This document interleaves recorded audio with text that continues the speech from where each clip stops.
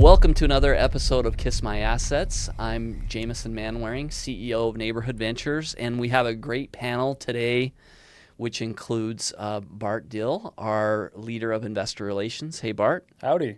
And our leader of finance, Heidi. Hello. Heidi Butler. So we are excited to dive into some of the things that are happening today in the world of multifamily, the world of Arizona, which is where we're located, and we have our investments are all currently in Arizona, so we keep a really close tab on what's happening in Arizona. And we're going to start out with a headline that's good in some ways and not so good in some ways. So Arizona now, one of 10 least affordable states for home buyers, new data shows. This is an article that was in Phoenix Business Journal. And Arizona has always been known as a place that was more affordable than California. So you might live in Southern California and you're paying an arm and a leg for your rent, or you can't afford a house and you say, hey, we can move out to Arizona and buy a house. Let's go out there. Well, this new article is saying that Arizona is now becoming less affordable when it comes to buying a home. And the new study is saying that the median U.S. home price, which has now reached $408,000 last year, that's compared to the national income, which is about $69,000. And Arizona ranks number 9 on the list of least affordable states to buy a home, according to the report. And in this report, they look at the median home value in Arizona.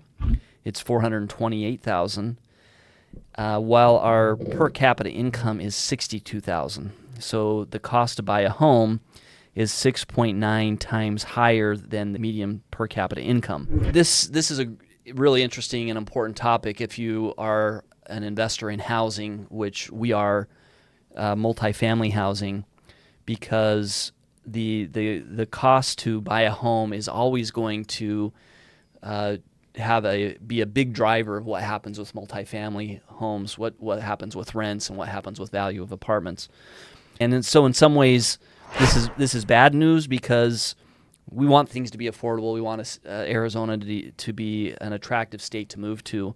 But in some other ways, it also means that probably more people are going to need to rent for longer. One thing I noticed on this article, and just in a few other articles I've read this week, a lot of the issues that people kind of touch in these articles is people in major corporations buying single-family investment properties. Yeah. A lot of bigger companies buying 20 or 30 homes in Phoenix, single-family residential homes, which ends up driving up the price in the area and kind of taking away that market for regular home buyers. Yeah, and that's a big complaint among home buyer advocates and affordable housing advocates. Certainly those people have looked at Arizona, those funds have looked at Arizona as a place that they wanted to come in and buy single-family homes. And there has been some legislation introduced at the federal level to limit their ability to do that, but nothing has passed as of now. Another data point in the article that they talk about is lack of skilled labor. So lack of skilled labor is driving the cost per square foot for new construction to skyrocket. So with the significant influx of residents and people from these feeder states, Arizona more than ever needs electricians, we need plumbers, we need HVAC, contractors, more construction folks in order to make these new builds more affordable. It's a double-edged sword with that because then they don't have homes to buy, but we need them to come here. It's a weird situation with that. And the other thing that Arizona has always had an element of is that incomes weren't nearly as high here as they were in, say, California, Sure. Washington, Seattle. We didn't have the tech base and don't have the tech base, which are high-paying jobs. And so that if you compare Arizona, our median income last year was $62,000 per capita. In Colorado, for example, it's near $80,000. In Washington, it's near $80,000. California, it's over $80,000. So our incomes have always been a little bit depressed here. We have a very broad workforce, but I do think incomes are moving up, especially as we get more skilled workforce when it comes to the big driver in semiconductors, and that Arizona and Phoenix becoming a hub for semiconductors, that will certainly drive it up. But the other states that are in these top 10, many of them are in the West. Number one is Hawaii.